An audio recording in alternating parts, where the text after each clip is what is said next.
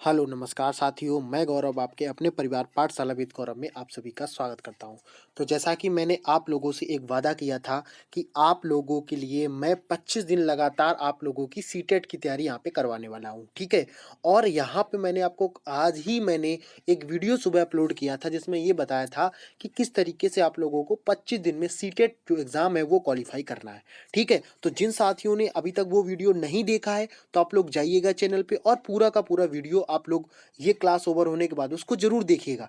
मैंने वहाँ कई सारी बातों को आपसे डिस्कस किया हुआ है, ठीक है? तो आज हम लोगों ने ये प्लान बनाया है, यानी कि जो आप लोगों के साथ में जितने भी आपके एग्ज़ाम हुए हैं 2012 से लेकर, अगर हम 2012 से लेकर और 2019 तक के जो आपके प्रीवियस ईयर के जो पेपर हैं, वो सेशन आप लोगों के सामने यहाँ पे मैं डिस्कस करूँगा।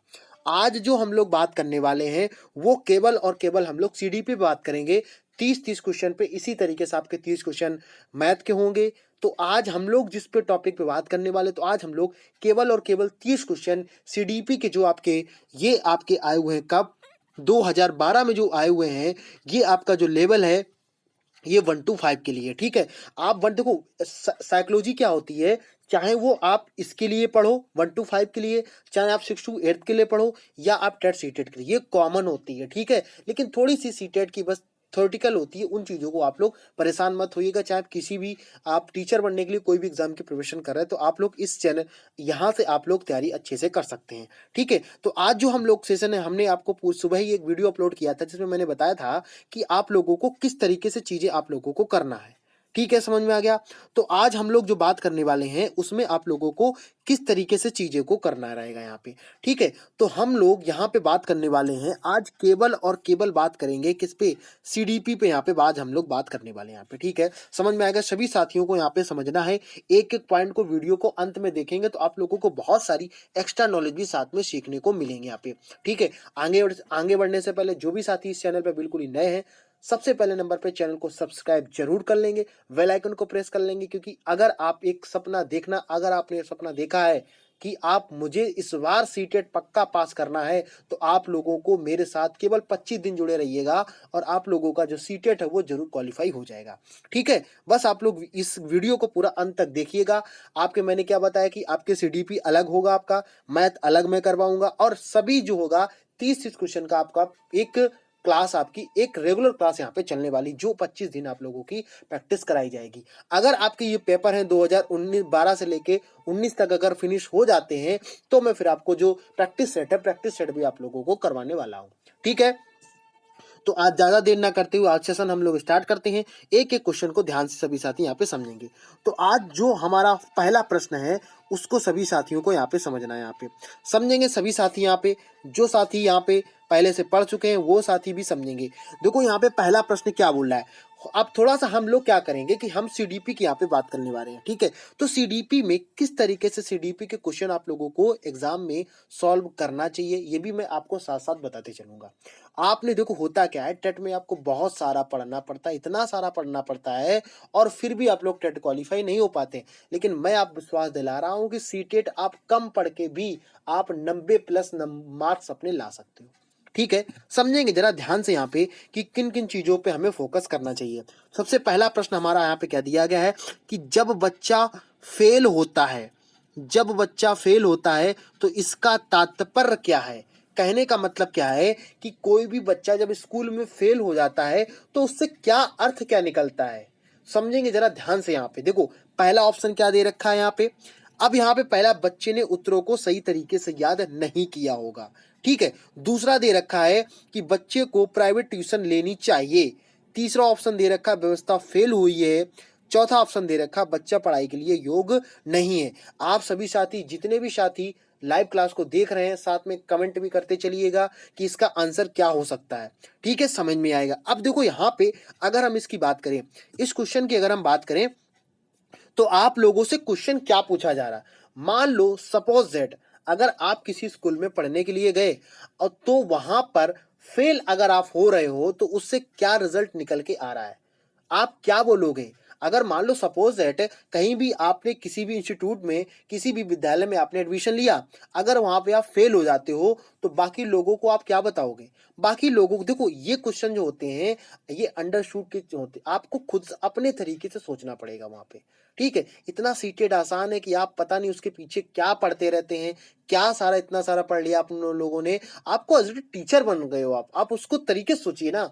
तो यहाँ पे भाई मैंने क्या बताया कि अगर कोई बच्चा फेल होता है तो कोई बच्चा नहीं, आप मत समझो कि मैं हूं, मैं क्लास में गया और मैं फेल हो गया, तो मैं अगर फेल होता हूं तो मैं बाहर आकर या जो गार्जियन होगा उनको क्या बताऊंगा? यहाँ के जो टीचर हैं वो सही से नहीं पढ़ा रहे हैं, यहाँ का जो मैनेजमेंट है वो सही तरीके से एग्जाम को नहीं कराता है, उसने पूरा सिलेबस कंप्लीट नहीं कराया। कहने का पूरा ऑल ओवर तात्पर्य क्या हो गया कि वहां की जो व्यवस्था है वो कैसी पूरी तरीके से फेल है। भाई तभी तो चीजें नहीं हो पा रही हैं। बात समझ में आ गया? तो यहाँ पे अगर देखा जाए सी ऑप्शन बिल्कुल राइट आंसर यहाँ पे हो जाएगा। अब जरा हम ये भी साथ में जानेंगे कि हमारा जो और ऑप्शन है ये क्यों नहीं हो सकते। यही तरीका होता है सीटेट क्रॉस करने का। ठीक है, समझ में आ गया? अब जरा समझेंगे। बच्चों ने उत्तरों को सही तरीके से याद नहीं किया, भाई ये कैसे हम कह सकते हैं? तो ये ऑप्शन गलत हो गया। ठीक है, बी ऑप्शन, बच्चे को प्राइवेट ट्यूशन लेनी चाहिए, भाई कोई मतलब नहीं बनता, ऐसा कुछ हमारे ऐसे में नहीं कहा गया। बच्चा पढ़ाई के लिए योग्य नहीं है, अगर वो योग्य नहीं है तो विद्यालय विद्यालय आ क्यों रहा है? विद्यालय आएगा तभी तो योग्य बनेगा वो, इसका मतलब वो योग्य पहले से है, पहले से योग्य वो है ना, तभी तो आपके विद्यालय में पढ़ने आ रहा है। इनका सीधा समाज तात्पर्य क्या हुआ है कि व्यवस्था कैसी हुई है? फेल हुई है। मुझे उम्मीद है आप लोगों को चीजें समझ में आ रही होंगी। अगर आप लोगों को चीजें समझ में आ रही हैं तो आप लोग प्लीज लाइक करिएगा, शेयर करिएगा, नए साथियों को क्लास में और जोड़िएगा। ठीक है, समझ में आ गया? इसके साथ साथ में अगर आप लोगों को चीजें समझ में आ रही हैं, आप लोगों से बस एक ही रिक्वेस्ट है कि आप लोग ज्यादा से ज्यादा सेशन को शेयर करिएगा, लोगों को नए तरीके से जोड़िएगा। ठीक है, समझ में आ गया? तो पहला क्वेश्चन आप लोगों का कंप्लीट होता है और यहाँ पे अब हम बात करते हैं किसकी, क्वेश्चन नंबर सेकंड की हम लोग बात कर लेते हैं कि क्वेश्चन नंबर सेकंड में यहाँ पे क्या क्वेश्चन दे रखा है। यहाँ पे देखो क्वेश्चन आपसे क्या पूछा गया, समझेंगे जरा ध्यान से। यहाँ पे अब सेकंड क्वेश्चन आप लोगों से बात क्या हो रही है, जरा इसको भी समझ लेते हैं। क्वेश्चन पूछा गया है, शिक्षण से अधिगम पर बल देने वाला परिवर्तन हो सकता है। कहने का मतलब क्या है कि जब आप शिक्षण करते हो, टीचिंग करते हो, तो अधिगम, अधिगम का मतलब यहाँ पे समझ लेते हैं। अधिगम का मतलब क्या होता है? किसी भी चीज को क्या सीखना। क्या होता है? अधिगम का मतलब क्या होता है? सीखना, या इंग्लिश में इसको लर्निंग बोलेंगे। ठीक है, शिक्षण से अधिगम पर बल देने वाला परिवर्तन हो सकता है, मतलब जो आप किसी बच्चे को सिखा रहे हो। भाई आप सब उधर समझिए, देखो मैंने क्या बताया, सीटेट पास करने का सबसे अच्छा तरीका है कि आप खुद को स्वयं को केंद्र मानकर चलेंगे, तब चीजें आप आसानी से कर पाएंगे। तो आप जरा समझेंगे यहाँ पे, करा शिक्षण से अधिगम पर बल देने वाला परिवर्तन हो सकता है। तो आप सभी यहाँ पे आंसर, ए ऑप्शन में क्या दे रखा है? बाल केंद्रित शिक्षा पद्धति अपनाकर, बी ऑप्शन रटने को प्रोत्साहित कर कर, सी ऑप्शन अगर शिक्षण की तकनीक अपनाकर, डी ऑप्शन परीक्षा परिणामों पर केंद्रित कर कर। आप सभी साथ ही साथ में कमेंट भी करते चलिएगा, जिससे कि ये पता चल सके आपकी तैयारी कितनी हो गई है। ठीक है, मैं विश्वास दिला रहा हूं, अगर आप लोग 25 दिन मेरे साथ जुड़े रहे तो आप लोगों से खुद से लगने लगेगा कि सीटेट पास करना इतना आसान था, क्योंकि आप ऐसे ट्यूटर से पढ़ रहे हो जो खुद कभी सीटेट या टेट या सुपर टेट क्वालिफाई नहीं किए हैं। ठीक है, समझ में आ गया? तो इस स्ट्रेटजी के साथ आप पढ़ेंगे तो जरूर क्वालिफाई करेंगे यहाँ पे।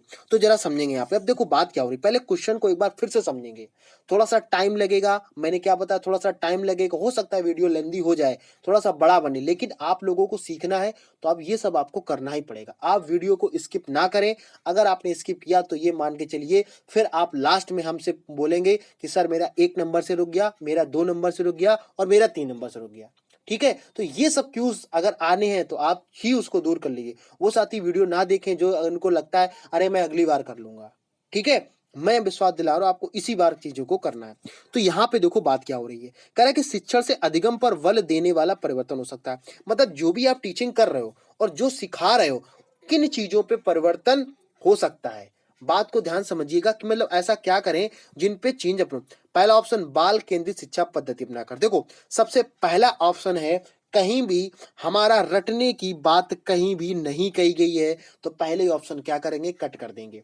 ठीक है, कहीं भी चाहे आप टेट का पेपर दें, सीटेट का, अगर रटने की बात हो रही है तो पहले उस सन को आप क्या करेंगे, आप यहाँ पे कैंसिल कर देंगे। अब देखो सी ऑप्शन भी गलत होगा, क्यों होगा गलत इसको समझेंगे।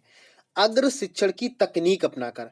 अब ये बताइए, अग्र शिक्षण यानी आगे जो आप तकनीक है, जो आपने तकनीक को पढ़ा रहे हैं उसको आपने सही से नहीं समझाया है, लेकिन आगे की आप तकनीक आगे की आप तकनीक भाई जब तक आप 2+2 नहीं बच्चे को ऐड करना नहीं सिखाओगे तो आपने दे दिया 2222 प्लस 500 को जोड़ना है आपको, तो वो कैसे सीख जाएगा? आप पहले जो सिखा रहे हो उसको तो सिखाइए।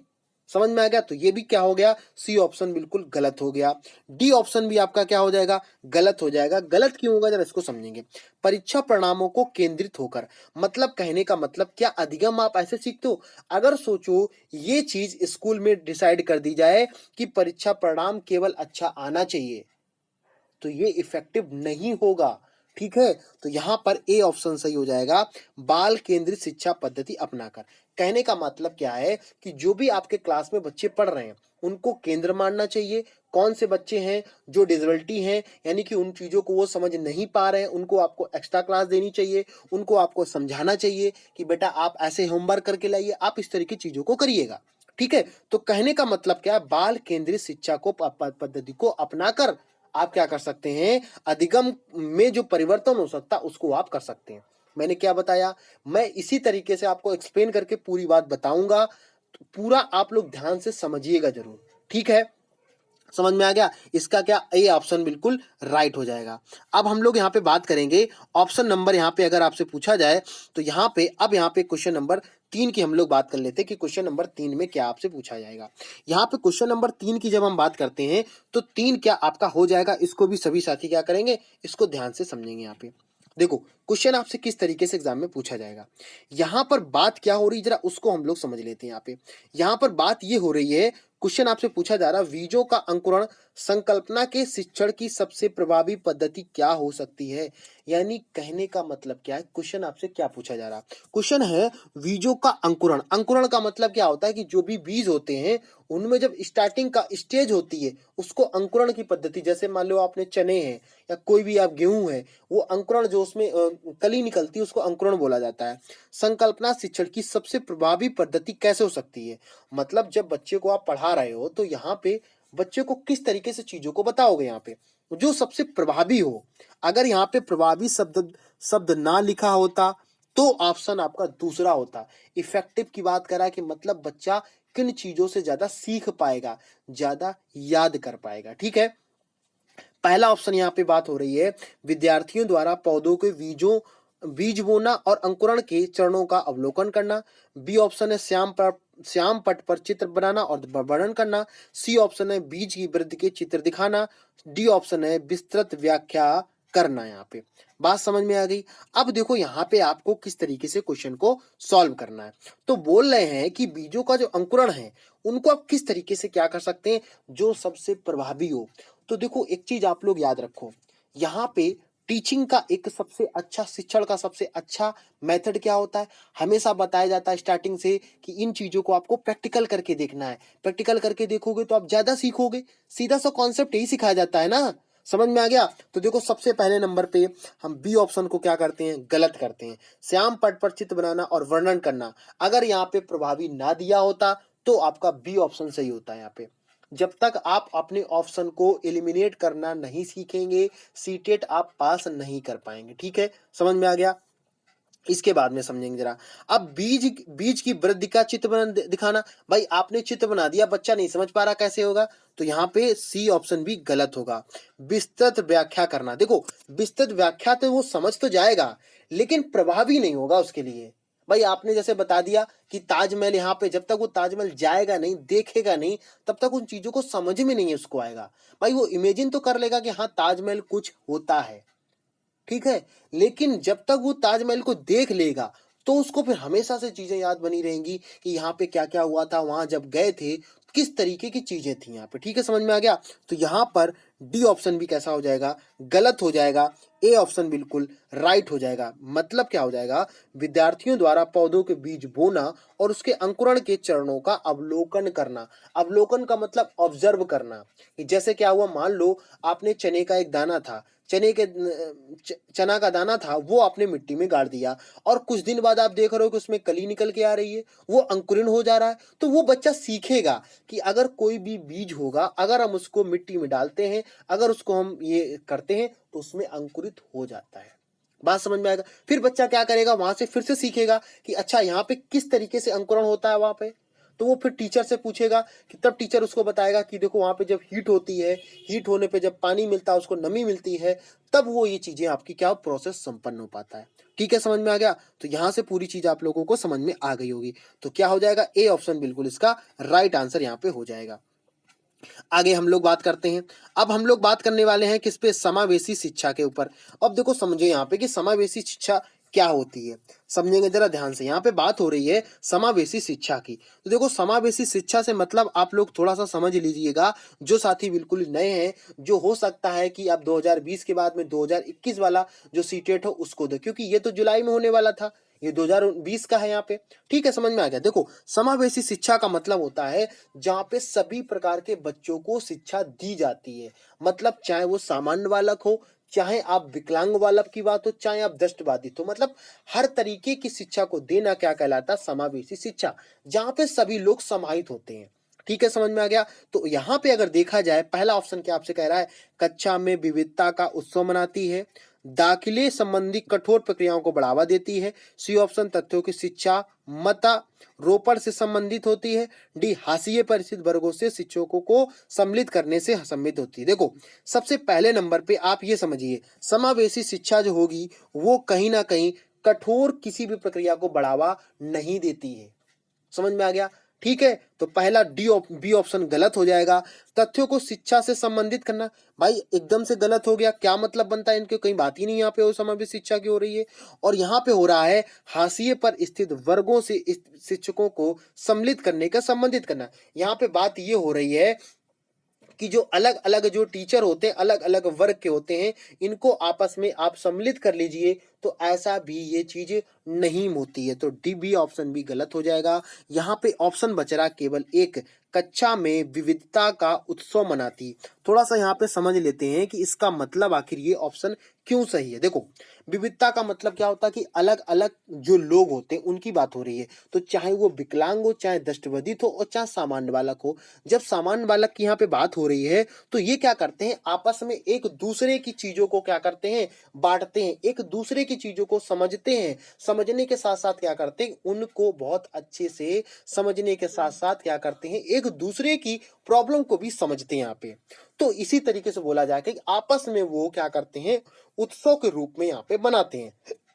तो यहाँ पर ए ऑप्शन बिल्कुल राइट हो जाएगा। जितने भी साथी क्लास को देख रहे हैं लाइव, प्लीज सभी से रिक्वेस्ट है, आप लोग प्लीज क्लास को लाइक शेयर जरूर करिएगा। 30 क्वेश्चन आप लोगों के हैं जो 2012 के जो पेपर में आए हुए थे, इसी तरीके से क्वेश्चन आप लोगों के एग्जाम में पूछे जाते हैं। ठीक है, मुझे उम्मीद है कि आप लोगों को चीजें समझ में आ रही होंगी। ठीक है, अगर आप लोगों को चीजें समझ में आ रही हैं तो आप लोग उसको ध्यान में रखकर उसको अच्छे से क्या करेंगे, उसको तैयार करेंगे। अब देखो यहाँ पे बात क्या हो रही है, अगले क्वेश्चन की हम लोग बात करेंगे, जरा इसको समझ लेते हैं। यहाँ पे अगला क्वेश्चन आपसे क्या बोल रहा है, जरा समझेंगे ध्यान से जरा यहाँ पे। ठीक है, हाँ अभी थोड़ा सा सिस्टम सही नहीं है, लेकिन आप लोग ऐसे ही बने उसको पूरी तरीके से क्या करेंगे, अच्छा सा हम लोग सिस्टम बना लेंगे यहाँ पे। अब देखो नेक्स्ट क्वेश्चन की बात क्या हो रही है, नेक्स्ट क्वेश्चन आपसे क्या पूछा जा रहा है। नेक्स्ट क्वेश्चन की बात हो रही है, क्वेश्चन नंबर 5 की बात हो रही है। क्या बात हो रही है, किस प्रकार के प्रश्नों को वस्तुनिष्ठ प्रश्नों की श्रेणी में रखा जाता है। अब देखो यहाँ पे अगर आप चाहो तो इसका आपने सुना होगा कि आपके वस्तुनिष्ठ प्रश्न होते हैं। ठीक है, समझ में आ गया। वस्तुनिष्ठ जो प्रश्न होते हैं उसमें आपके 2 से 3 टाइप्स आते हैं। कौन कौन से, 2 से 3 टाइप्स आते हैं। आप लोग सभी साथी अगर आप कॉपी पेन लिए बैठे हैं तो उसको नोट डाउन कर ले, हो सकता है इस बार क्वेश्चन वो अलग तरीके से पूछ ले। वस्तुनिष्ठ जो प्रश्न होते हैं वो 2 से 3 तरीके के प्रश्न होते हैं। देखो समझो, पहला क्या होता है, वस्तुनिष्ठ होता है, आप अच्छे से जानते हो, एमसीक्यूज बोला जाता है। ठीक है, मल्टीप्लाई चॉइस क्वेश्चन हो गया। दूसरा जो होगा वो सत्य असत्य पे होगा। तीसरा जो होगा वो आपका कौन सा होगा, फिल इन द ब्लैंक्स, यानी कि रिक्त स्थानों की पूर्ति। कहने का मतलब क्या हुआ, यहाँ पे वस्तुनिष्ठ प्रश्नों की बात करा तो वस्तुनिष्ठ जो प्रश्न होते हैं वो 3 टाइप्स के होते हैं। पहला कैसा होगा आपका, पहला आपका होगा सत्य असत्य वाला। दूसरा कौन सा होगा, दूसरे की अगर हम बात करें तो आपका कौन सा हो जाएगा, एमसीक्यूज हो जाएंगे। तीसरा कौन हो जाएगा, रिक्त स्थानों की पूर्ति वाला। ठीक है, तो यहाँ पे सीधा सीधा हमें पता चल रहा है कि सी ऑप्शन बिल्कुल इसका राइट है। लघुरात्मक नहीं होगा, ठीक है, मुक्त वाला प्रश्न नहीं होगा और निबंधात्मक भी नहीं होगा, तो इसका सी ऑप्शन बिल्कुल राइट हो जाएगा। ठीक है, जो साथी नोट कर रहे हैं प्लीज सभी साथियों से रिक्वेस्ट है उसको आप लोग नोट डाउन जरूर करते चले। यहाँ पे अब हम लोग बात करने वाले क्वेश्चन नंबर 6 की। 6 को जरा समझेंगे। निम्नलिखित कौन सी प्रगतिशील शिक्षा की प्रविशेषता है। प्रगतिशील का मतलब प्रोग्रेसिव, जो आगे बढ़ती चली जा रही है उसकी बात हो रही है। प्रोग्रेसिव शिक्षा की जब आप पेपर देंगे तो वहां पे आपको हिंदी और इंग्लिश दोनों में मिलेगा, तो आप लोग परेशान मत होइएगा कि आप लोग यहाँ सर आपका नहीं है, कि मेरा समझ मेरी ये है कि मैं आपको कम समय में ज्यादा चीजों को सिखा सके यहाँ पे। ठीक है, तो प्रगतिशील शिक्षा की विशेषता की यहाँ पे बात हो रही है, क्या क्या चीजें रहा उसको समझ लेते हैं। यहाँ पे देखो, कह रहा प्रगतिशील शिक्षा केवल प्रस्तावित पाठ पुस्तकों पर आधारित अनुदेश, गलत हो जाएगा भाई, इसकी बात कहीं नहीं कर रहा है। परीक्षा में अच्छे अंक प्राप्त करने पर बल देना, कोई बात नहीं होता, कभी ऐसा नहीं कहा जाता है कि आपको परीक्षा में बल क्या नाम अच्छे अंक लाना है। ये होता है कॉन्सेप्ट। देखो होता क्या है कि आपको उन चीजों को बहुत अच्छे समझना। भाई आप शिक्षा ग्रहण करने जा रहे हो उसका मतलब ये नहीं है कि आप अच्छे मार्क्स ही लेके आओ, इसका मतलब है आप जीवन की जो चीजें हैं उनको सही से जान सको, ये उद्देश्य होता है। ठीक है, तो बी ऑप्शन गलत हो गया और सी भी आपका गलत हो जाएगा, बार बार ली जाने में परीक्षाएं। एक ही ऑप्शन आपका बचता है, समय सारणी और बैठने की व्यवस्था में लचीलापन। ठीक है, मतलब जो आपने शेड्यूल बनाया है, जैसे अगर आप 5 घंटे का शेड्यूल बना लिया तो 5 घंटे का शेड्यूल का मतलब आपको 5 घंटे पढ़ना है, तभी आप प्रोग्रेसिव शिक्षा के बारे में सही से क्या कर पाएंगे, ये एक उसकी विशेषता होती है।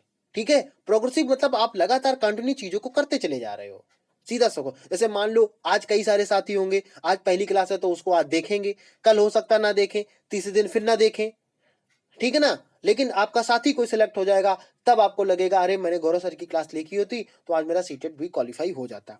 ठीक है, समझ में आ गया। आगे हम लोग बात करते हैं, तो डी इसका ऑप्शन क्या हो जाएगा, बिल्कुल राइट हो जाएगा। आगे जरा समझेंगे यहाँ पे।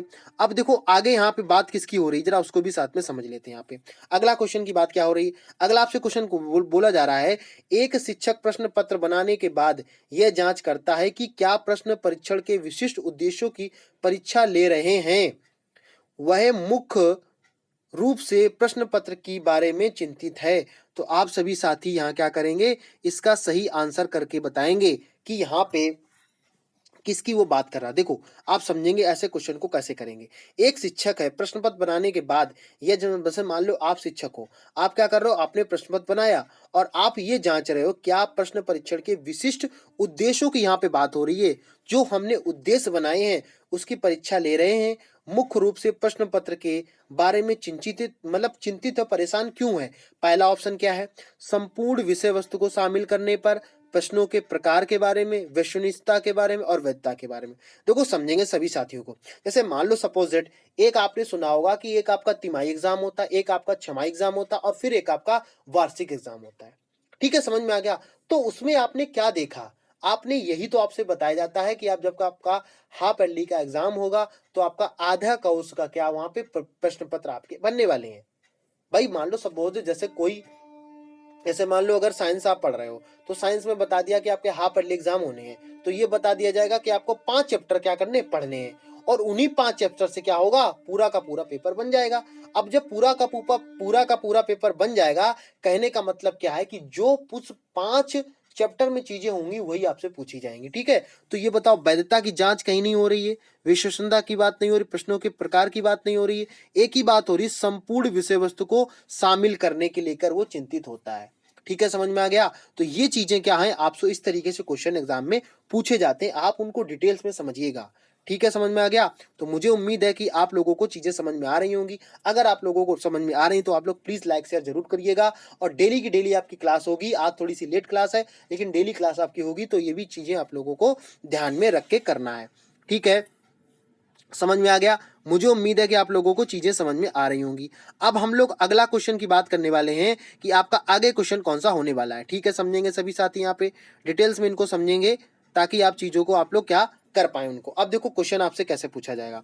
क्वेश्चन आपसे इस तरीके से पूछा जाएगा, क्या अगला क्वेश्चन है, विवेचनात्मक शिक्षा शास्त्र का यह दृढ़ विश्वास है कि, अब देखो ऑप्शन क्या दे रखा है, शिक्षार्थियों को स्वतंत्र रूप से तर्कना नहीं करनी चाहिए।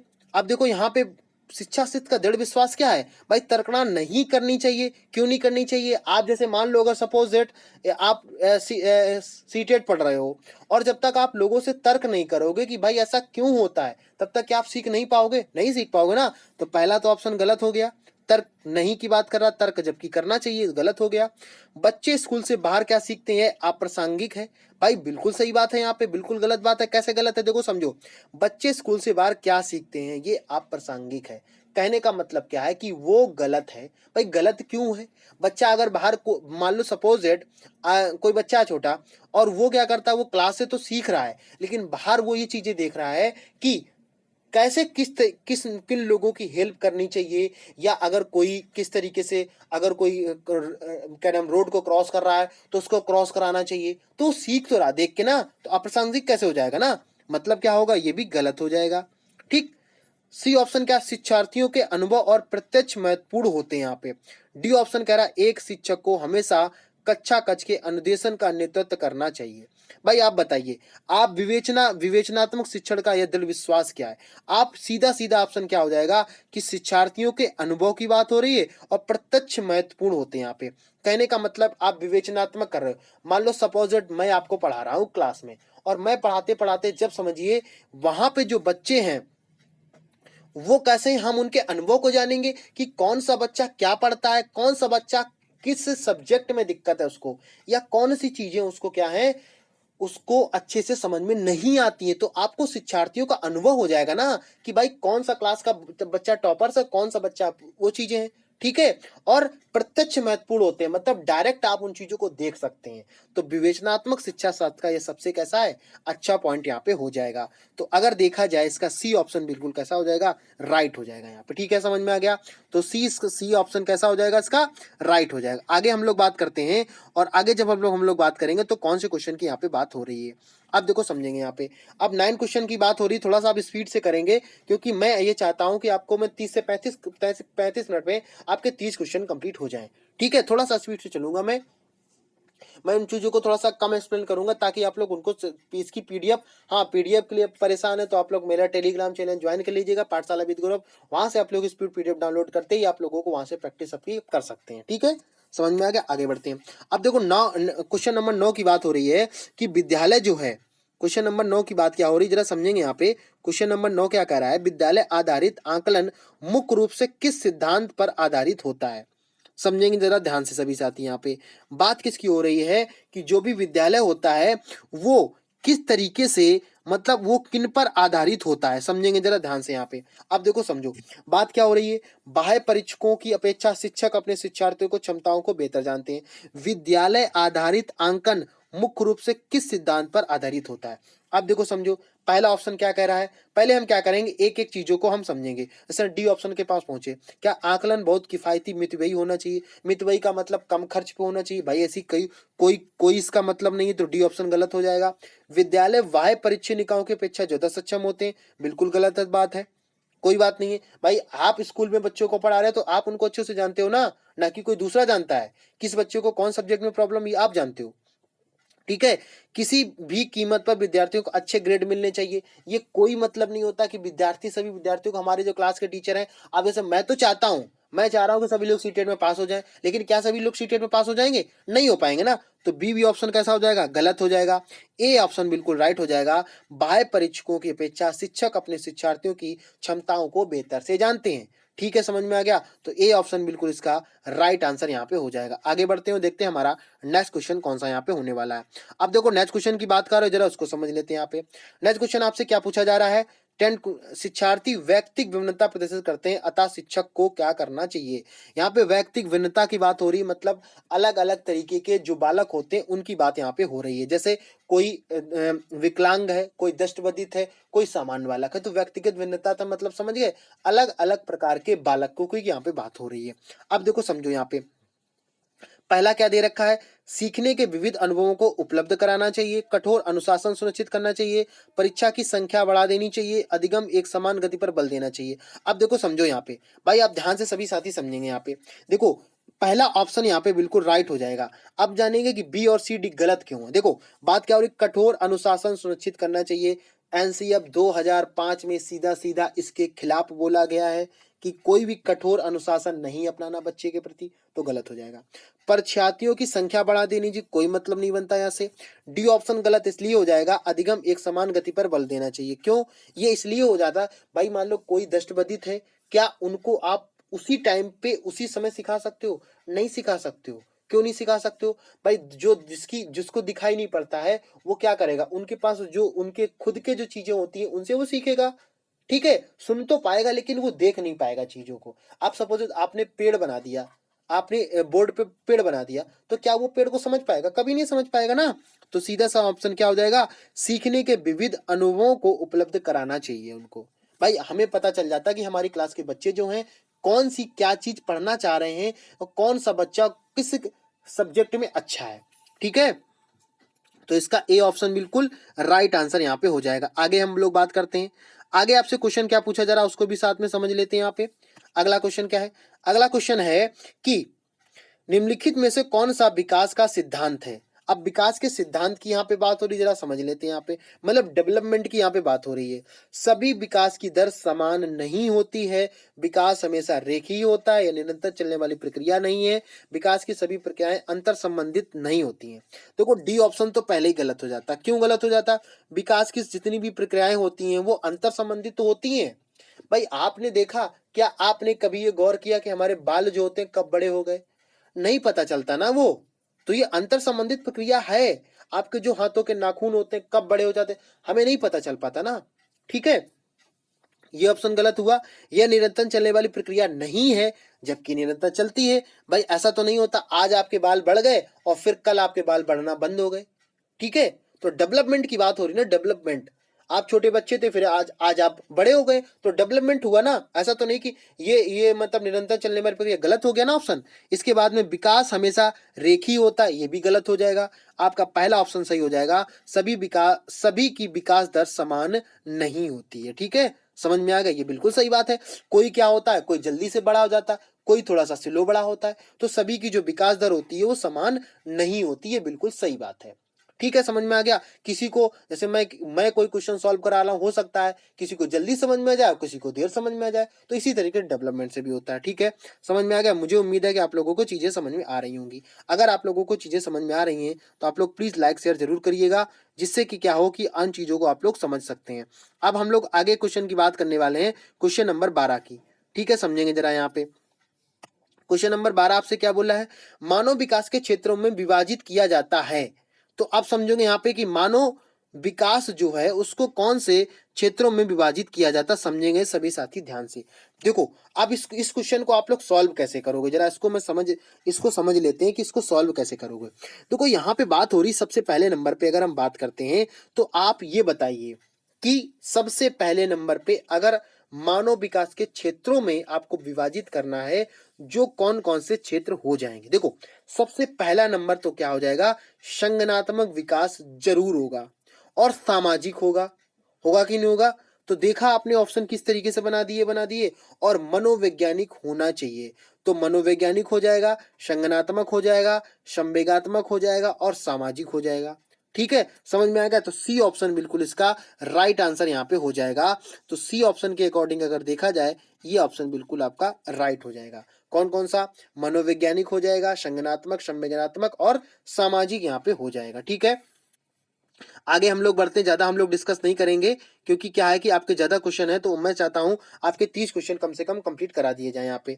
अब देखो अगला क्वेश्चन क्या आपसे बोला, एक शिक्षिका पाठ्य वस्तु और फल सब्जियों को कुछ चित्रों का प्रयोग करती और अपने विद्यार्थियों से चर्चा करती है कि विद्यार्थी इस जानकारी को अपने पूर्व ज्ञान से जोड़ते और पोषण की संकल्पना को सीखते। ये उपागम आधारित है कौन से? यहाँ पे देखो समझो भाई, यहाँ पे बात क्या हो रही, जरा इसको समझ लेते हैं यहाँ पे कि ये क्वेश्चन कौन सा यहाँ पे ऑप्शन सही हो जाएगा। देखो यहाँ बात कैसे हो रही है, यहाँ आपसे ये बोला, जैसे मैंने आपसे बोला कि आपने प्रीवियस क्लास में ये पढ़ा था, आज आप लोगों को मैं ये पढ़ाऊंगा। कहने का मतलब क्या है, वहां मैं आप लोगों को क्या आप कहीं पुनर्वलन का सिद्धांत मैं दे रहा हूं आपको, मैं आपसे कहीं ये बोल रहा हूं कि आपने बहुत क्लास में अच्छा किया था तो आज भी अच्छा आप करेंगे, ऐसा तो मैंने नहीं बोला ना।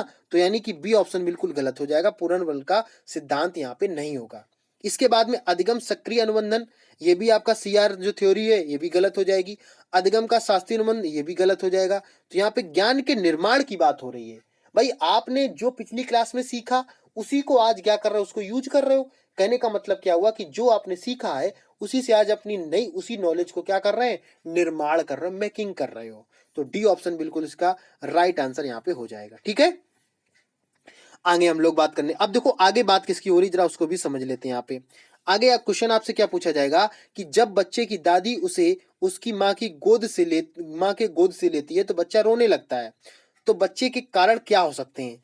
अब सीधा सा भाई, सीधा संवेगात्मक है भाई, रोना हंसना ये क्या संवेगात्मक है ना, तो इसमें तो ज्यादा आपको परेशान होने की जरूरत नहीं है। इसका ऑप्शन क्या हो जाएगा, बी बिल्कुल इसका राइट आंसर यहाँ पे हो जाएगा। सामाजिक नहीं होगा, अजनबी नहीं होगा, तो सीधा सा ऑप्शन इसका हो जाएगा। ठीक है, अब जरा हम लोग आगे क्वेश्चन की बात कर लेते हैं। आगे आपका आंसर कौन सा होने वाला है, देखो क्या करा शिक्षा के, ध्यान सभी साथी समझेंगे। क्वेश्चन आपसे क्या पूछा गया है कि शिक्षा के संदर्भ में सामाजिकरण से तात्पर्य क्या हो जाएगा। शिक्षा से सामाजिकरण का तात्पर्य यहाँ पे क्या हो जाएगा, तो सभी साथी यहाँ पे कमेंट करके बताएंगे इसका आंसर क्या हो जाएगा। क्योंकि क्या है कि आपको इसी तरीके से क्वेश्चन एग्जाम में पूछे जा सकते हैं। तो यहाँ पे देखो सामाजिकरण की बात हो रही है, किसकी, समाजीकरण की। समाजीकरण का मतलब क्या, सोशलाइज्म, सोशल। ठीक है, अपने सामाजिक मानदंड बनाना कोई मतलब नहीं है भाई, अपने अगर बना के रखोगे तो आप सामाजिक कहाँ हो जाके, भाई आप अपने बना के रखोगे तो सामाजिक हुआ ही नहीं, पहले नंबर गलत हो गया। समाज में बड़ों का सम्मान करना, हाँ कह सकते हैं लेकिन अभी नहीं सही कह सकते हैं। ऑप्शन देखेंगे, सामाजिक वातावरण में अनुकूल और समायोजन करना, सामाजिक मानदंडों का सदैव अनुपालन करना, ये तो बिल्कुल नहीं होगा भाई। सदैव कौन कौन अनुपालन करता है बताओ। ठीक है, आपके पापा मिले तो आपने पैर छू लिए, लेकिन आपका कोई बड़ा या पापा के और कोई रिलेशन का मिला आप नहीं छुओगे ना पैर।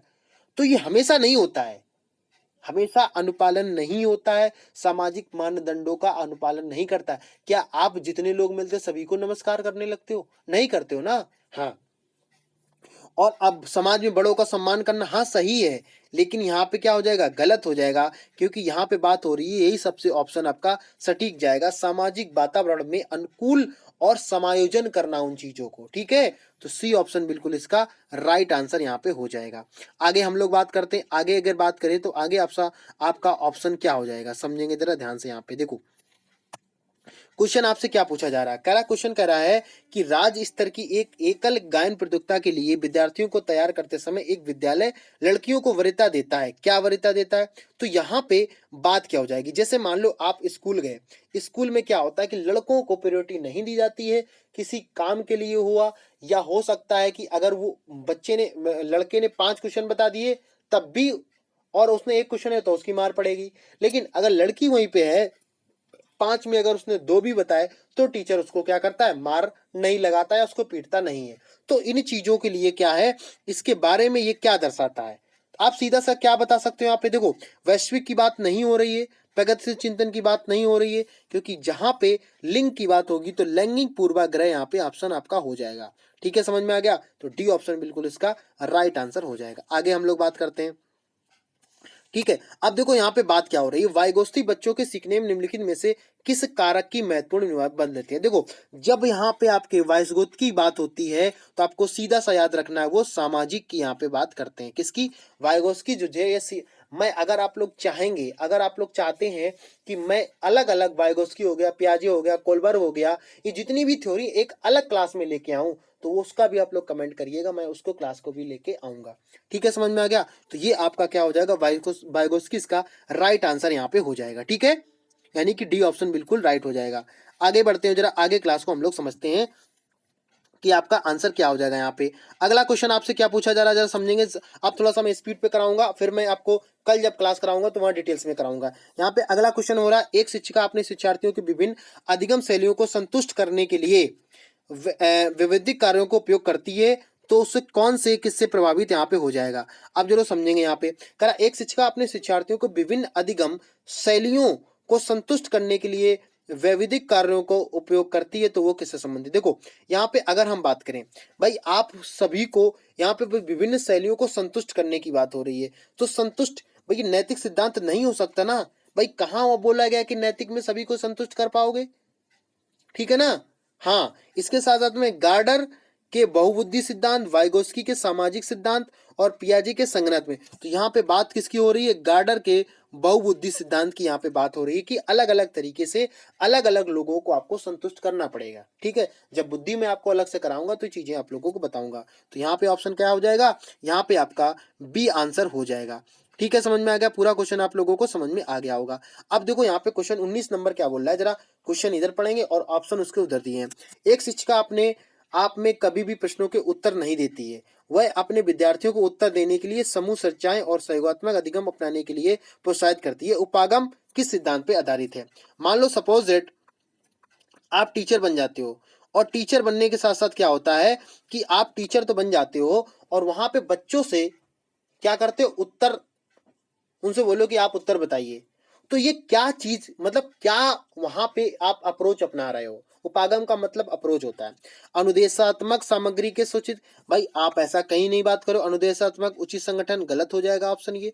अच्छा उदाहरण प्रस्तुत करना और भूमिका प्रतिरूप बनाना, भाई ये बताओ, अगर आप आप बच्चे हैं और अगर कोई टीचर आपसे प्रश्न पूछ रहा है, इसका मतलब क्या है कि वो ये देख रहा है कि जो मैंने क्लास में करा रहा हूं, क्या बच्चा यहीं पे उपस्थित है, कि वो बच्चा उपस्थित है, क्या उसका माइंड कहीं और है। बच्चा जो टीचर जो होता है, अगर क्लास में आपसे कोई क्वेश्चन पूछ रहा है, इसका मतलब क्या, जैसे मैं आपको बीच बीच में पूछता रहता हूं कि आप लोग कमेंट करिएगा, शेयर करिएगा, इससे ये पता चलता है कि जो क्लास देख रहे हैं क्या वो सभी उन चीजों को समझ पा रहे हैं कि नहीं समझ पा रहे हैं, ठीक है। समझ में आ गया। हाँ, तो यहाँ पे ऑप्शन प्रतिरूप बनाना गलत हो जाएगा। सीखने में तत्परता ये भी गलत हो जाएगा, ठीक है। एक ऑप्शन आ जाएगा सक्रिय भागीदारिता के, यहाँ पे कहने का मतलब कि एक्टिव है वो नहीं है, सीधा सीधा यहाँ पे यही बात होती, सीखने में तत्परता नहीं होती है, वो अलग ऑप्शन हो जाएगा। तो डी बिल्कुल उसका राइट आंसर यहाँ पे हो जाएगा, ठीक है। आगे हम लोग बात करते हैं, आगे जब हम लोग बात करेंगे यहाँ पे क्वेश्चन नंबर 20 की बात करेंगे। 10 क्वेश्चन आप लोगों के लिए और बचे, आप लोग अंत तक वीडियो का जरूर देखिएगा। हो सकता है वीडियो आपका लेंदी बने, लेकिन आप लोगों को अंत तक देखना है यहाँ पे, ठीक है। क्वेश्चन क्या करा है, निम्नलिखित में से कौन सा शिक्षक से संबंधित अधिगम को प्रभावित करने वाला कारक होगा। यहाँ पे अधिगम को प्रभावित करने वाला मतलब जो आप लर्निंग है उसको प्रभावित करने वाला फैक्टर कौन सा है यहाँ पे। बैठने की उचित व्यवस्था, शिक्षण अधिगम संस्थानों की उपलब्धता, सी ऑप्शन विषय वस्तु को अधिगम अनुभवों की प्रकृति, विषय वस्तु में प्रवृत्ता। अब देखो समझो, आप अधिगम को प्रभावित कैसे कर सकते हो। जैसे मान लो मैं आपको पढ़ा रहा हूं, अगर मैं आपको सही से चीजें एक्सप्लेन नहीं करेंगे तो क्या आप बताओ दोबारा से क्लास में आओगे। तो सर बोलोगे बिल्कुल मैं नहीं आऊंगा यहाँ पे। भाई जिस टीचर का आपका ज्यादा पसंद आता है, ज्यादा आपकी उसको समझाने का तरीका समझ में आ रहा है या चीजों को बहुत अच्छे तरीके से समझा रहा है, तभी तो आप दोबारा क्लास उसकी देखोगे ना। मतलब वो क्या कर रहा है, आपको लर्निंग में प्रभावित कर रहा है, तभी आप उस चीज को देख रहे हो बार बार से, ठीक है ना। तो सीधा सीधा में क्या हो गया, विषय वस्तु में उसकी, यहाँ पे अगर बात करें, यहाँ पे एक मिनट रुकिएगा, यहाँ पे बात किसकी हो रही है, यहाँ पे अगर देखा जाए तो बात क्या हो जाएगी, विषय वस्तु में प्रवृत्ता की बात हो गई। जैसे मान लो मैं मैथ पढ़ा रहा हूं, तो मैथ में मुझे सभी तरीके क्वेश्चन आना चाहिए, ठीक है, तभी आप अधिगम में क्या कर सकते हैं, प्रभावक चीजों को बना सकते हैं। यहाँ पे डी ऑप्शन बिल्कुल इसका राइट आंसर यहाँ पे हो जाएगा।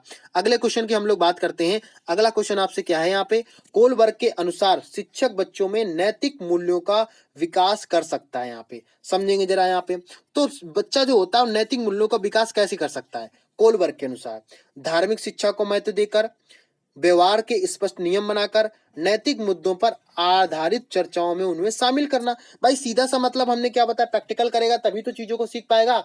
जब वो जाएगा कोई दूसरा उसके पैर, कोई दूसरा मतलब जैसे मान लो आप जा रहे हो, अगर आपके पापा अगर आपके साथ में पापा जा रहे हैं, चाचा जा रहे हैं, तो चाचा से जो छोटे लोग हैं वो उनके पैर छू रहे हैं, तभी तो वो चीजों को सीख पा रहे हैं ना। तो बच्चा देखेगा तभी तो करेगा, मतलब उनको चर्चाएं कराकर। धार्मिक का मतलब कोई नहीं हो जाएगा, यहाँ पे गलत हो जाएगा। व्यवहार हो जाएगा गलत, तो ऑप्शन क्या, सी ऑप्शन बिल्कुल राइट आंसर यहाँ पे हो जाएगा। आगे हम लोग बात करते हैं कि अगला ऑप्शन आपका क्या हो जाएगा। यहाँ पे अगला क्वेश्चन आपसे क्या है, छोटे शिक्षार्थियों को कक्षा कक्ष में समवयस्कों के साथ साथ अंतःक्रिया करने के लिए प्रोत्साहित करना चाहिए। मतलब छोटे जो शिक्षार्थी होते हैं कक्षा कक्ष में समझ के साथ अंतःक्रिया, मतलब अंतःक्रिया की बात हो रही है, प्रोत्साहित करना चाहिए किस तरीके से। समझ में आया? वे एक दूसरे से प्रश्न करके उत्तर सीख सकें, पाठ्यक्रम को बहुत जल्दी पूरा किया जा सकता है, वे पढ़ने के दौरान सामाजिक कौशल को सीखें और शिक्षक कक्ष के बेहतर तरीके से नियंत्रित कर सके। देखो यहाँ पे बात क्या हो रही, अंतःक्रिया की बात हो रही। तो अंतःक्रिया से मतलब यहाँ पे क्या हो जाएगा, समझेंगे सभी साथी। देखो पहला ऑप्शन तो गलत हो जाएगा, वे एक दूसरे से प्रश्न उत्तर सीख सके, ऐसा नहीं हो पाएगा। मान लो आप ऐसे बच्चे से क्वेश्चन पुटअप कर रहे हो, ऐसे बच्चे से आप पूछ रहे हो जिसको खुद नहीं आता है, तो आपको क्या बताएगा, नहीं बताएगा ना, तो ये गलत हो जाएगा। अंतःक्रिया मतलब वो उसकी अंतःक्रिया, आप उसके माइंड को नहीं समझ पा रहे हो, तो ये ऑप्शन गलत हो जाएगा। पाठ्यक्रम को बहुत जल्दी पूरा कर सकता है, इस तो बिल्कुल ही ऑप्शन गलत हो जाएगा। ठीक है, इसके बाद में सी ऑप्शन है, वे पढ़ने के दौरान सामाजिक कौशल सीखें। पहले सीखेंगे तभी तो अप्लाई करेंगे, तो इसीलिए क्या हो जाएगा आपका सी ऑप्शन हो जाएगा। शिक्षा कक्षा को बेहतर तरीके से नियंत्रित कर सकते हैं, ये भी आपका क्या हो जाएगा, गलत हो जाएगा। तो ये तरीका देख रहे हो, ये स्ट्रेटजी आपको एग्जाम में अपनानी पड़ेगी। ठीक है, तो प्लीज जितने भी साथी लाइव क्लास को देख रहे हैं सभी से रिक्वेस्ट है कि आप लोग क्या करेंगे, आप लोग ध्यान से अच्छे से क्लास को समझिएगा और समझने के बाद में आप लोग इसको लाइक शेयर जरूर करिएगा। अब आप लोगों के यहाँ पे 30वां क्वेश्चन होने जा रहा है, आपके 7 क्वेश्चन और बचे हुए हैं, अभी बचे हुए हैं, तो आप लोग सीधे सीधे क्लास को आप लोग बने रहिएगा यहाँ पे। ठीक है, अब देखो यहाँ पे बात क्या होने वाली है। अगला क्वेश्चन आपसे क्या है, अगला क्वेश्चन आपसे है कि जब एक निर्योग बच्चा पहली बार विद्यालय आता है तो शिक्षक को क्या करना चाहिए। सबसे पहले नंबर पे यहाँ पे बात है कि जब कोई बच्चा आप सबसे पहले नंबर पे विद्यालय में आ रहा है तो शिक्षक को क्या करना चाहिए। ठीक है, समझेंगे।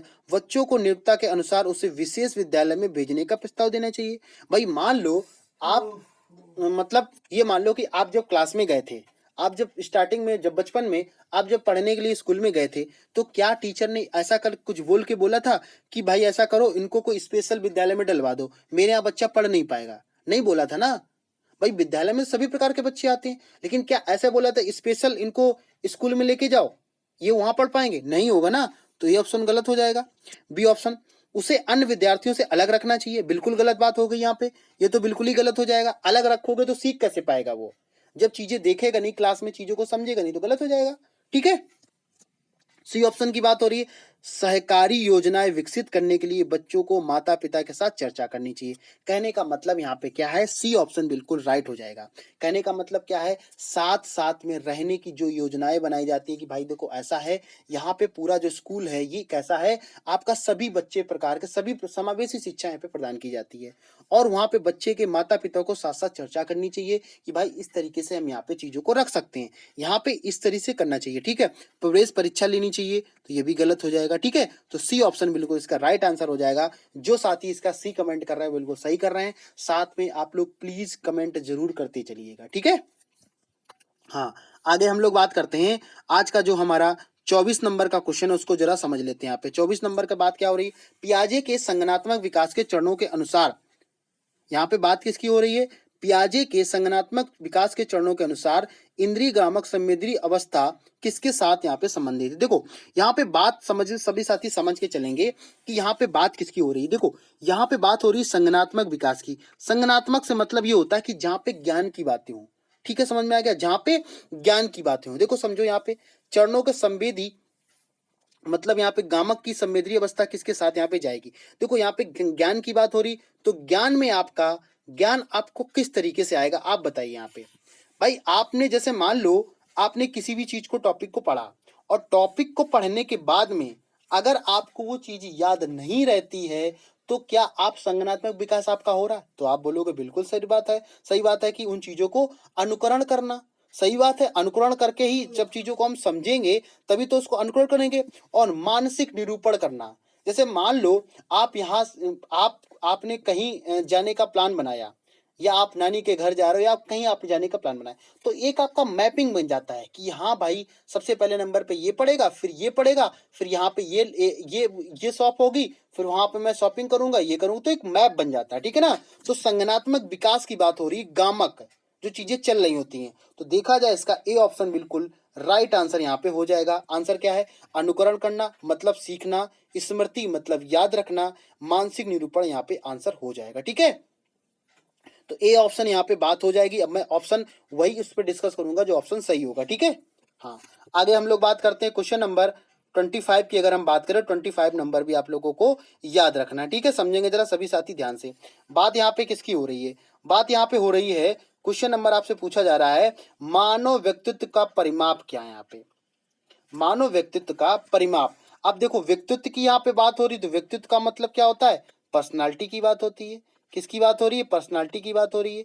समझ में आएगा? अब देखो, पर्सनालिटी सीधा सीधा मतलब क्या होता है कि एक तरीके का मुखौटा होता है, ठीक है। क्या होता है? मुखौटा होता है। जरा समझेंगे सभी साथी, ध्यान से इसको सभी साथी समझ लेते हैं। यहाँ पे देखो, व्यक्तित्व कहीं पालन पोषण और शिक्षा का मतलब तो नहीं होगा भाई, बिल्कुल गलत बात है। अनुवांशिकता और वातावरण की अंतःक्रिया, ये सही हो जाएगा। क्यों सही होगा? कि जो आपकी अनुवांशिकता है, मतलब जो आपके मम्मी और पापा से जो गुण मिले हुए हैं, उसको आनुवंशिकता बोलेंगे। और वातावरण, जहां आपके वातावरण की अंतःक्रिया हो रही है, उसको भी आप जानेंगे। भाई आप सोचो, अगर आप चाइना में पैदा हुए हो तो आप चाइनीज सीख जाओगे, लेकिन अगर आप इंडिया में सीखो तो हिंदी बोलना सीखोगे, इंग्लिश सीखना सीखोगे।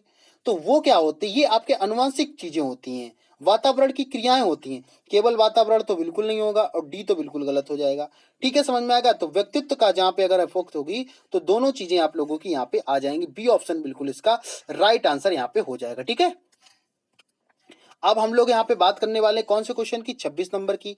शिक्षण अधिगम प्रक्रिया में व्यक्तिगत रूप से ध्यान देना महत्वपूर्ण है, क्योंकि शिक्षण अधिगम प्रक्रिया व्यक्तिगत रूप से ध्यान देने की बात यहाँ पे हो रही है, तो इसका आंसर यहाँ पे क्या हो जाएगा? सभी साथी ध्यान से समझेंगे यहाँ पे, ठीक है। तो अगर इसका देखा जाए तो यहाँ पे शिक्षण अधिगम में व्यक्तिगत रूप से ध्यान देना महत्वपूर्ण है, तो यहाँ पे इसका हम डायरेक्ट इसका ऑप्शन ही बता देते आप लोगों को है, और फिर मैं आपको आगे बढ़ता हूँ। यहाँ पे डी ऑप्शन सही हो जाएगा। बच्चों की विकास दर भिन्न होती है, मतलब बच्चे जो सीखते हैं वो सब अलग अलग सीखते हैं, ऐसा नहीं है। अब जैसे मान ले मैं आपको पढ़ा रहा हूँ, ठीक है, तो कुछ बच्चों को तो समझ में आ रहा होगा, कुछ बच्चों को बाउंस हो रहा होगा, तो ये गलत हो जाएगा, ठीक है।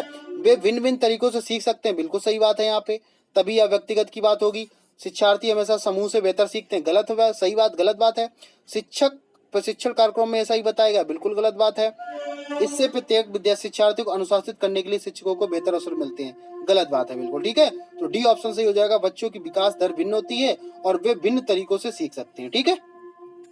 आगे बढ़ते हैं। अगर चीजें आप लोगों को समझ में आ रही हैं तो आप लोग प्लीज लाइक शेयर जरूर करिएगा और कमेंट करिएगा यहाँ पे, ठीक है। अब क्वेश्चन नंबर हम लोग बात करने वाले हैं किसकी? 27 नंबर की। 27 नंबर जरा समझ लेते हैं यहाँ पे। 27 नंबर में क्या बोल रहा है आपसे? 27 नंबर से बोल रहा है कि निम्नलिखित में से कौन सी समस्या समाधान की वैज्ञानिक पद्धति का पहला चरण है? भाई वैज्ञानिक पद्धति की अगर बात कर रहे हैं तो सबसे पहले नंबर पे यहाँ पे उस समस्या का समाधान करना आपको है। तो पहली यहाँ पे वैज्ञानिक पद्धति का पहला चरण कौन सा हो जाएगा? देखो, प्राक्कलन का परीक्षण करना गलत हो जाएगा भाई, ऐसा कहीं नहीं है प्राक्कलन की, ठीक है। प्रासंगिक एकत्र करना गलत हो जाएगा, और प्राक्कलन का निर्माण करना गलत हो जाएगा। बी ऑप्शन सही हो जाएगा। समस्या के प्रति जागरूकता।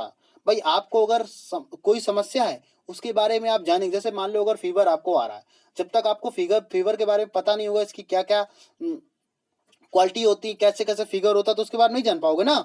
तो समस्या के प्रति जागरूक आपको होना पड़ेगा, ये इसका पहला चरण हो जाएगा, ठीक है। समझ में आ गया? आज का हमारा सेकंड लास्ट हो जाएगा क्वेश्चन। कौन सा? कि निम्नलिखित में से कौन सा सीखने का क्षेत्र है? देखो, सीखने की क्षेत्र की बात अगर यहाँ पे बात हो रही है, अनुभव सीखने का क्षेत्र है, ठीक है, समझेंगे यहाँ पे। देखो, व्यवसायिक नहीं होगा यहाँ पे, आध्यात्मिक नहीं होगा, यहाँ पे अगर बात होगी तो भावात्मक की बात होगी, अनुभाविक भी यहाँ पे नहीं होगा। तो बी ऑप्शन बिल्कुल यहाँ पे राइट हो जाएगा, ठीक है। भावात्मक का तात्पर्य मतलब ऐसे समझो कि सकारात्मक भाव यानी सुखद भाव जो अधिगम को सुगम बनाने में होती, भावात्मक तरीके से बोलते नहीं अरे वो टीचर जो मुझे पढ़ाता बहुत उसका भाव अच्छा है, ठीक है। आज का सेकंड लास्ट क्वेश्चन आप लोगों का ध्यान से सभी साथी समझेंगे। क्वेश्चन क्या कह रहा है आपसे? जब बच्चा कार्य करते हुए ऊबने लगता है तो इस बात का संकेत क्या है? अब सभी साथी बताएंगे इस बात का संकेत क्या है। समझ में आया? जैसे मान लो मैं आपको इतनी देर से पढ़ा रहा हूं तो कई सारे साथी क्या ऊबने लगे होंगे, अरे बहुत लंबी क्लास हो गई, बहुत इस तरीके की चीजें होंगी ना। तो इसका सीधा सीधा एक ही आंसर निकलता है कि संभवतः कार्य यांत्रिक रूप से बार बार हो रहा है। कहने का मतलब हम किसी चीज को बार बार रिपीट कर रहे होंगे तो यही क्या हो, तो बार बार ऊबने लगता है, ठीक है। बच्चा बुद्धिमान नहीं है, गलत हो जाएगा। बच्चे में सीखने की योग्यता नहीं है, गलत है। बच्चे को अनुशासित करने की जरूरत है, गलत बात है, ठीक है। हम बार बार बोल देते हैं आप लोगों को प्लीज लाइक से करिएगा, शेयर करिएगा, कमेंट करिएगा, तो कई सारे साथी ऊबने लगते हैं। अरे सर बार बार आप लोग वही पॉइंट आप लोग बार बार बोल देते ना, ठीक है, समझ में आ गया? तो पूरा डिटेल से आप लोग समझिएगा, इसी यही तरीके से आपका सीटेट क्वालिफाई हो सकता है। अब आज का लास्ट क्वेश्चन है, जो आपका 30वां क्वेश्चन है कि क्वेश्चन क्या है, प्रयास शिक्षार्थियों को त्रुटियों की ओर संकेत करती है। तो त्रुटियों की यहाँ पे संकेत की बात हो रही है, तो इसमें आपको क्या क्वेश्चन यहाँ पे हो जाएगा, प्रयास शिक्षार्थियों की त्रुटियां किस ओर संकेत करती हैं। ठीक है, वे कैसे सीखते हैं, गलत बात है यहाँ पे भाई, बिल्कुल गलत बात है यहाँ पे, वे पूछते वैसे कैसे, गलत हो जाएगा यहाँ पे। ठीक है, गलत हो जाएगा। सीखने की अनुपस्थिति, गलत हो जाएगा। शिक्षार्थियों को सामाजिक आर्थिक, एक ही हो जाएगा, यांत्रिक अभ्यास की आवश्यकता। ठीक है, मतलब भाई अगर आप क्वेश्चन को गलत करें, मैं आपसे क्या बोलता हूं, आपको रिवीजन करना है, प्रीवियस ईयर पेपर लगा। देखो, आपने देखा होगा, एक चीज को आपने गौर से समझा होगा कि सीडीपी में कहां पे आपको प्रॉब्लम आने वाली है। ठीक है, समझ में आ गया? आपको उन चीजों को समझना चाहिए, आपको करना चाहिए। अगर आप लोग इसी तरीके से वीडियो को आपने देखा है, तो आप लोग बहुत अच्छे से कर पाओगे। मुझे उम्मीद है कि आप लोग ध्यान से चीजों को कर पाओगे। ठीक है, इसी तरीके से कल भी आप लोगों को क्लास आएगी, मैथ की अलग आएगी, और आपकी ईवीएस की अलग आएगी, हिंदी की अलग आए, लैंग्वेज की आपकी क्लासेस अलग आएगी। ठीक है, तो आप लोग उसके लिए परेशान मत होइएगा। तो जिन साथियों ने अभी तक चैनल को सब्सक्राइब नहीं किया, तो प्लीज सब्सक्राइब जरूर कर लेंगे। ये आपके 30 क्वेश्चन थे, जो ये 2012 के प्रश्न पत्र उसको मैंने आप लोगों से करवा दिया। ठीक है, समझ में आ गया? तो ठीक है, फिर मिलते हैं किसी नेक्स्ट वीडियो में, नेक्स्ट अपडेट के साथ में। तब तक के लिए आप लोग पढ़ते रहिए, खुश रहिए, और एक बात हमेशा याद रखिएगा, आपने जो सपना देखा वो आप ही पूरा करेंगे, कोई दूसरा पूरा नहीं कर सकता। मेहनत तो आपको करनी पड़ेगी। ठीक है, और मेहनत को अपनी आदत बनाइएगा। बस इतना आप लोग मैं से कहना चाहूंगा। ठीक है, तो ठीक है, फिर मिलते हैं किसी नेक्स्ट वीडियो में, नेक्स्ट अपडेट में। तब तक के लिए जय।